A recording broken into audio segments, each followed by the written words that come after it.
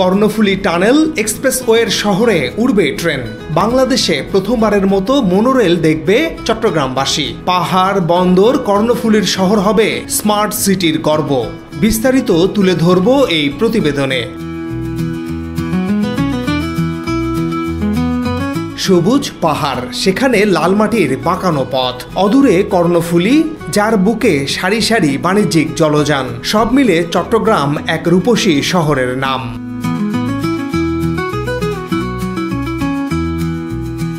বাংলাদেশের অর্থনীতির কেন্দ্রবিন্দু এই শহরে আছে দেশের প্রথম নদীর তলদেশ দিয়ে টানেল। দক্ষিণ এশিয়ার প্রথম এই টানেল ঘিরে বিশ্বমানের সড়ক সংযোগ পতেঙ্গা সৈকতকে দিয়েছে আন্তর্জাতিক উচ্চতা। যে সৈকতের পাশে আউটার রিং রোড ঘেঁষে গড়ে উঠছে চট্টগ্রাম বে টার্মিনাল।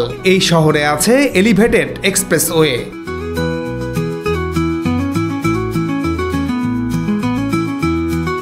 বিগত সরকারের সময় নেয়া এই প্রকল্পগুলো দেশের বাণিজ্যিক রাজধানী চট্টগ্রামকে অন্য এক ধাপে নিয়ে গেছে। শহরের সৌন্দর্য বেড়েছে, তবে এই শহরের যানজট কমেনি। গণপরিবহন ব্যবস্থায় ইতিবাচক পরিবর্তন আসেনি।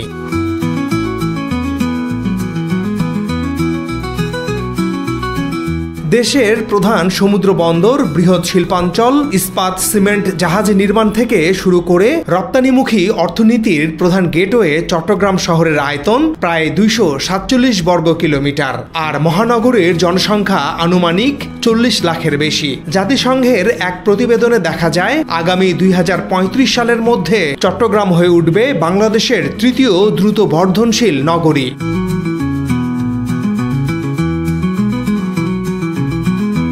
তবে প্রশ্ন হলো, এই দ্রুত বাড়তে থাকা শহরটা কি বিদ্যমান গণপরিবহন কাঠামো দিয়ে চলবে? উত্তর না।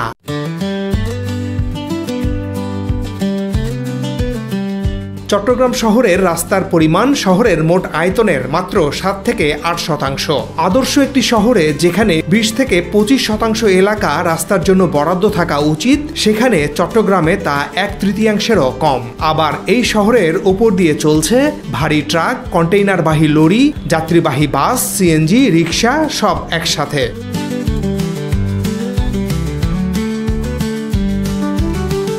ফলে যানজট, দূষণ, সময় ও অর্থ সব দিক থেকেই ক্ষতিগ্রস্ত হচ্ছেন নাগরিকরা। এবার সে অবস্থার পরিবর্তন আসতে যাচ্ছে। বিশ্বের অন্যতম আধুনিক গণপরিবহন ব্যবস্থা মনোরেল চলবে এই নগরে।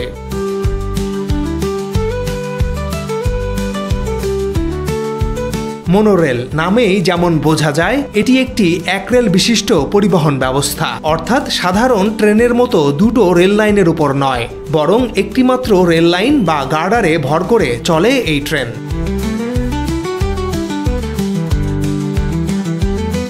এই রেলপথটি সাধারণত মাটি থেকে অনেক উঁচুতে তৈরি হয়, আর ট্রেনগুলো হয় অপেক্ষাকৃত হালকা, স্বয়ংক্রিয় ও বিদ্যুৎ চালিত। এটি দেখতে মেট্রো রেলের মতো, তবে এর বৈশিষ্ট্য মেট্রো রেল থেকে আলাদা। এটি একটি কংক্রিট বা ইস্পাতের গার্ডার ধরে ট্রেনের চাকাগুলো ঘর্ষণ করে চলে, অথবা নিচের দিকে ঝুলে থাকে।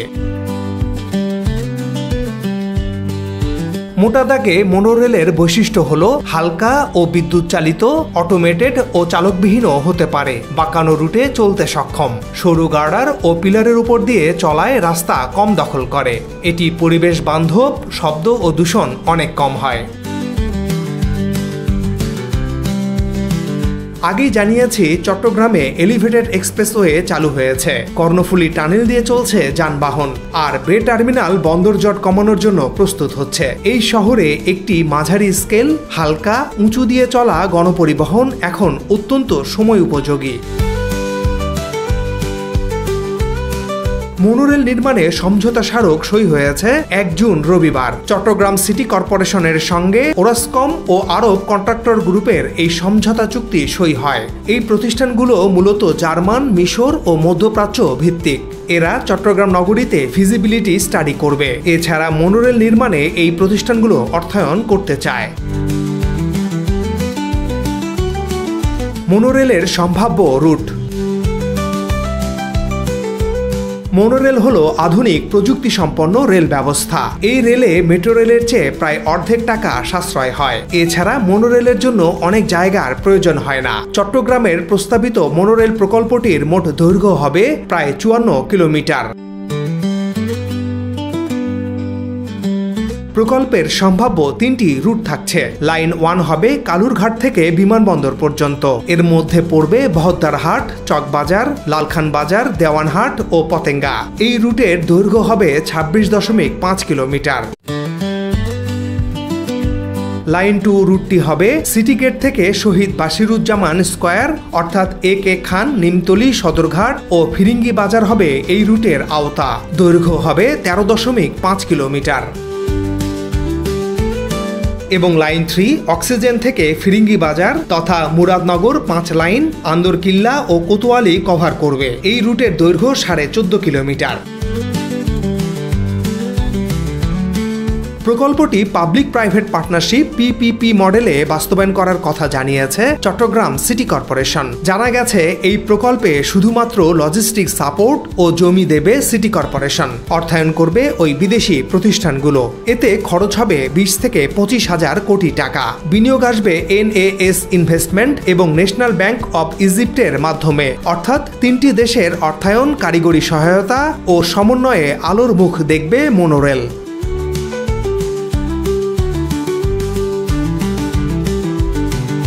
3 রুটে মোট 54 কিলোমিটারের পথে স্টেশন থাকবে 30টির বেশি।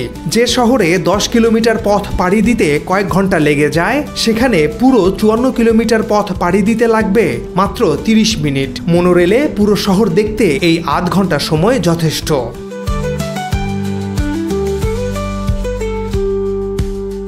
দেশের প্রথম এই স্মার্ট গণপরিবহন শুধু যানজট নিরসনে নয়, বরং চট্টগ্রামকে একটি পরিবেশ, পর্যটন ও ব্যবসা বান্ধব নগরীতে রূপান্তর করার দিকে এগিয়ে যাবে। জানা গেছে মোনোরেল নির্মাণের জন্য প্রাথমিকভাবে MOU সই হওয়ার পর এখন তারা সম্ভাব্যতা যাচাইয়ের কাজ শুরু করবেন। এই কাজ করতে অন্তত 9 মাস থেকে 1 বছর লাগবে। এরপর প্রয়োজনীয় পদক্ষেপ নেওয়া হবে। ধারণা করা হচ্ছে আগামী বছরের জুন থেকে শুরু হতে পারে মূল প্রকল্পের কাজ।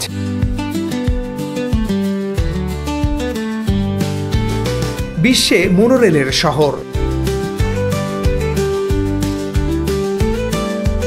বিশ্বের বহু দেশের শত শত শহরে চালু আছে মোনোরেল।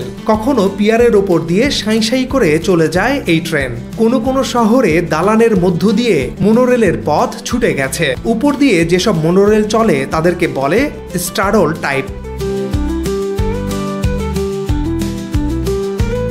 আবার কোনো কোনো মোনোরেল ঝুলে ঝুলে যায়। অবাক করার মতো বিষয়, তাই না? যাত্রীরা কিভাবে এতে বসে থাকেন তা নিয়েও ভাবনা আসে মাথায়। জানিয়ে রাখি, এই ধরনের রেলকে বলে সাসপেন্ডেড টাইপ।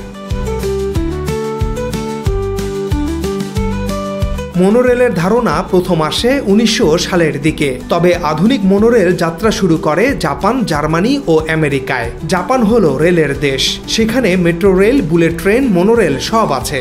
এখানকার মোনোরেল চলে টোকিও, ওসাকা, চিবার মতো বড় বড় শহরে। টোকিও মোনোরেল দৈনিক প্রায় 1 লাখ যাত্রী বহন করে।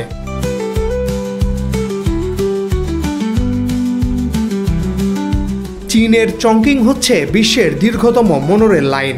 এর দৈর্ঘ্য 98 কিলোমিটার। মালয়েশিয়ার রাজধানী কুয়ালালামপুরেও মোনোরেল দেখা যায়। মূলত পর্যটন ও অফিস যাতায়াতের ফিডার হিসেবে এখানে মোনোরেল ব্যবহৃত হয়। ভারতের মুম্বাই শহরে আংশিকভাবে চালু আছে মোনোরেল। সৌদি আরবের মক্কা নগরীতে হাজিদের চলাচলের জন্য বিশেষ মোনোরেল চালু আছে।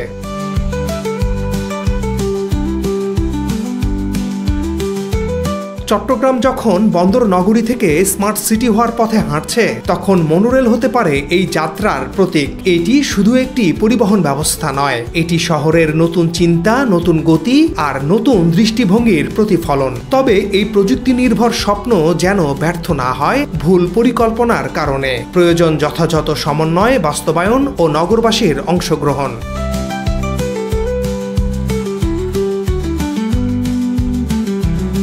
চট্টগ্রামের এই মোনোরেল প্রকল্পকে আপনি কিভাবে দেখছেন?